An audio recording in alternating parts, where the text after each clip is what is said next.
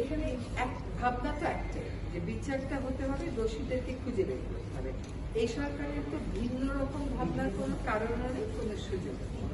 এবং আমাদের প্রধান উপদেষ্টা নিজেই বলেছেন যে এই হত্যাকাণ্ড সহ অন্যান্য যেগুলো খুবই সংবেদনশীল হত্যাকাণ্ড এবং ধারণা করা হয় যে বিগত সরকারের সময়ে নানা কুটকৌশল করে সেগুলোর বিচার করা হয়নি, সেগুলো যেন বিচার করা হয় সেটাই আমরা নিশ্চিত করার চেষ্টা করব। এখন অনেক বছর তো পার হয়ে গেছে, যত বছরই পার হোক না কেন, যে মেয়েকে দেখছেন বা ওর ভাইদেরকে দেখছেন, দুনিয়ার ভাইদেরকে, তাদের তো একটা বিচার পাওয়ার অধিকার আছে, জানবার অধিকার আছে যে ঘটনাটা কে ঘটালো।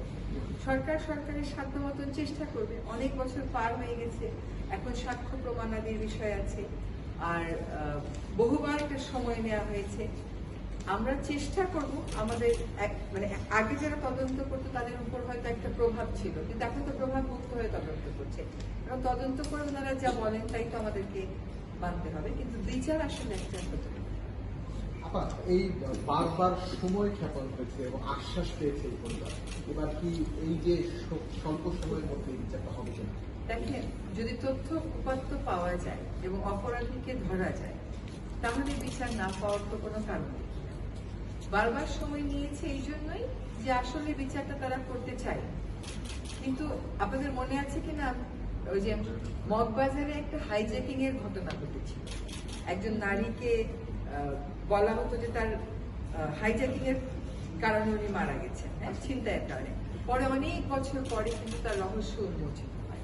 তো আমরা যেটুকু বলতে পারি যে বিচার প্রক্রিয়ার উপর, তদন্তের উপর সরকার কোনো রকম প্রভাব বিস্তার করছে না। এর আগে যেটা হয়েছিল, প্রভাব বিস্তার করা হয়েছিল, সেজন্যই বিচারটা হয়নি। কারণ আমাদের পুলিশ কিন্তু সবসময় একটা কথা বলে যে পুলিশ চাইলে পারে না এমন কোনো কাজ নেই, পুলিশ যদি চায় ঠিকই আসামি ধরে ফেলতে পারে।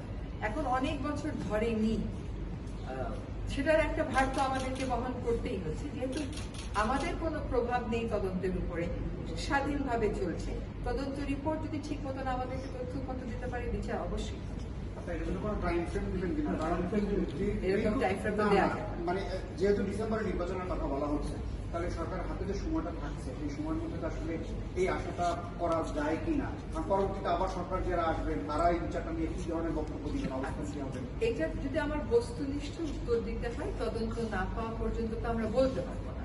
তদন্তে কিছু একটা পেলে তখন আমরা বিচারের প্রক্রিয়াটা শুরু করতে পারবো, এবং তখন আমরা বলতে পারবো যে আসলে বিচার কতদিনে হবে।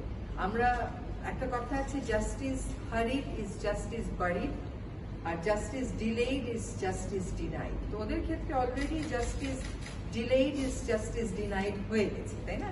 এত বছর যাবত ওরা কোনো বিচার পায়নি। এখন অন্তত এইটুকু ওরা সান্ত্বনা পাচ্ছে বা বুঝতে পারছে যে সরকারের কোনো অসৎ উদ্দেশ্য নেই বা ভিন্ন রকমের কোনো উদ্দেশ্য নেই যাতে করে ওরা বিচার না পায় এবং অপরাধ যাতে আড়ালে ঢুকে যায়। ও অন্তত ওইটুকু শক্তি সাহস তাদেরকে আমরা যোগান দিতে পেরেছি। তারপরে তদন্ত হওয়ার পরে আমি বলতে পারবো যে আনুমানিক কিরকম সময় লাগতে পারে। তদন্ত রিপোর্ট না আসা পর্যন্ত এটা বলা যায়। সেই তদন্তটা ত্বরান্বিত করার জন্য সরকার কোনো ইয়ে করবে কিনা, যে তদন্ত যেন দ্রুত হয়? সরকারের পক্ষ থেকে প্রাধিকার মামলার যে তালিকা করা হয়েছে তার মধ্যে এটা একদম শীর্ষে গিয়েছে। ফলে প্রাধিকার মানে তো অবশ্যই তদন্তকারী সংস্থারা অনেক গুরুত্বের সাথে এবং দ্রুততার সাথে দেখছে। আপনি বলেছেন যে তথ্যপত্র থাকলে বিচার না পাওয়া মানে না পাওয়া কোনো কি আছে, আপনি কি এখন বলতে চাইছেন তথ্যপত্র এখনো পুরোপুরি নাই পুলিশের কাছে? সেটা কি আমি বলতে পারি?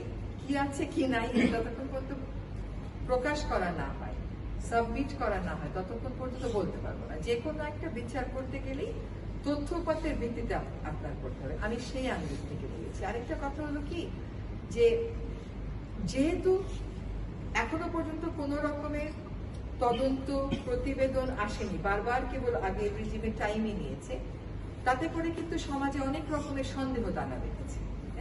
ফলে বায়বীয় কথা, বাতাসে ঘোরা কথা তো আমাদের পক্ষে বলা সম্ভব না। এটা একটা খুবই মর্মান্তিক হত্যাকাণ্ড, যেটা আপনি আমি যতটা না আবেগ আপ্লুত হই, এই পরিবারকে কিন্তু এটা বহন করতে হয়েছে, প্রতি মুহূর্তে বহন করতে হয়েছে।